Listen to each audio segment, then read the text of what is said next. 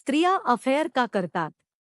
विवाहित असाल तर शेवटपर्यंत बघा. मित्रांनो, एखाद्या विवाहित व्यक्तीला आपल्या नात्याबाहेर भावनिक जवळीक का वाटू लागते, यामागे अनेक कारणे असू शकतात.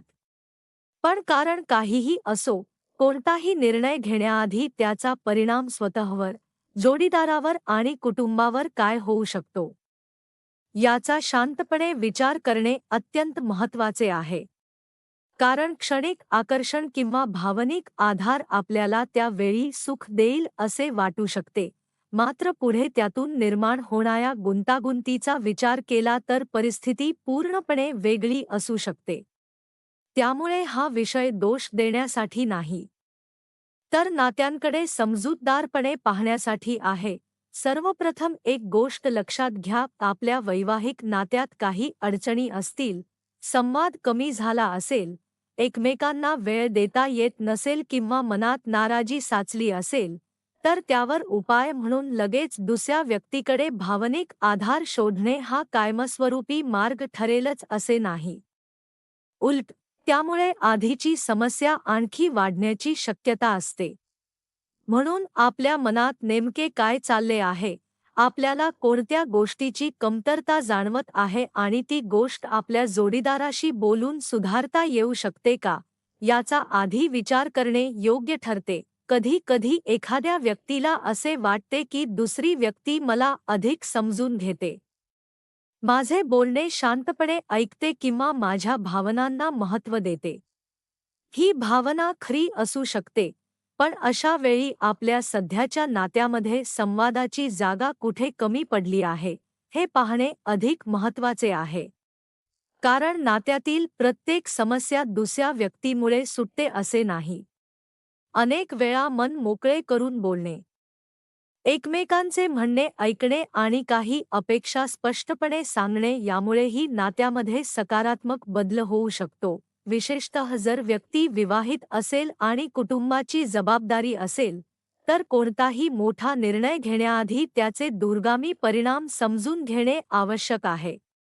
एखादी गोष्ट लपवून ठेवावी लागत असेल, भीती किंवा अपराधीपणाची भावना निर्माण होत असेल किंवा घरातील शांतता बिघडत असेल, तर त्या परिस्थितीकडे गांभीर्याने पाहायला हवे.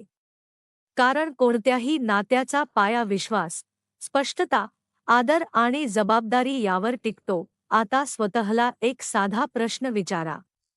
मला खरोखर त्या व्यक्तीची गरज आहे की मला सध्या समजून घेणाऱ्या कोणीतरी व्यक्तीची गरज आहे?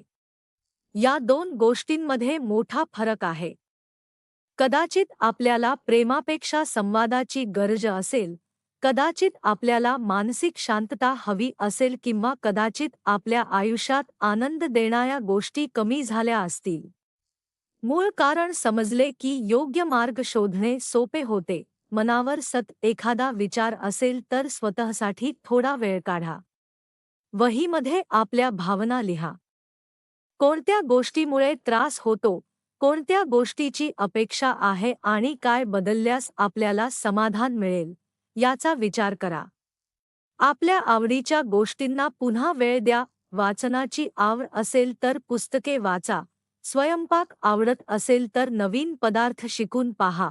संगीत आवडत असेल तर संगीताचा आनंद घ्या. व्यायाम किंवा खेळ आवडत असेल तर त्यासाठी वेळ काढा. कुटुंबासोबत बाहेर फिरायला जाणे, निसर्गात वेळ घालवणे किंवा जवळच्या व्यक्तींशी मनमोकळेपणाने बोलणे यामुळेही मन हलके होऊ शकते. आनंद मिळवण्यासाठी नेहमी एखाद्या व्यक्तीवर अवलंबून राहण्याची गरज नसते. आपल्या आयुष्यात अशा अनेक गोष्टी असतात ज्या आपल्याला समाधान देऊ शकतात. स्वतःच्या ध्येयांकडे लक्ष देणे, नवीन कौशल्य शिकणे, स्वतःच्या आवडी जोपासणे आणि कुटुंबासाठी चांगला वेळ देणे यामुळे जीवनामध्ये सकारात्मकता निर्माण होऊ शकते. आणखी एक महत्त्वाची गोष्ट म्हणजे संगत. आपण ज्या लोकांसोबत राहतो, त्यांच्या विचारांचा आपल्या मनावर परिणाम होऊ शकतो. त्यामुळे नात्यांमध्ये गैरसमज वाढवणाऱ्या किंवा चुकीचे निर्णय घेण्यासाठी दबाव आणणाऱ्या संगतीपासून अंतर ठेवणे शहाणपणाचे आहे.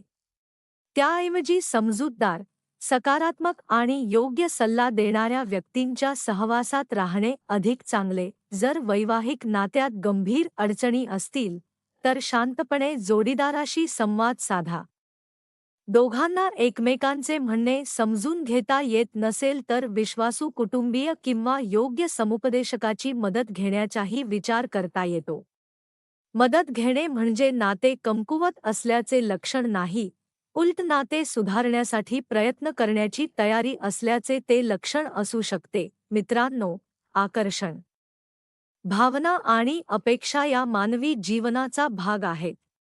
भावना निर्माण होणे नेहमी आपल्या नियंत्रणात असेलच असे नाही, पण त्या भावनांवर आपण कोणता निर्णय घेतो हे आपल्या हातात असते. म्हणून क्षणिक भावनेपेक्षा दीर्घकालीन परिणामांचा विचार करा. स्वतःचा, जोडीदाराचा आणि कुटुंबाचा आदर राखणारा मार्ग निवडा. आपल्या आयुष्यातील आनंद एखाद्या गुप्त किंवा गुंतागुंतीच्या नात्यातच सापडतो असे नाही. स्वतःमध्ये, आपल्या आवडींमध्ये, चांगल्या संगतीमध्ये, कुटुंबातील प्रेमात आणि सकारात्मक कृतींमध्येही समाधान मिळू शकते.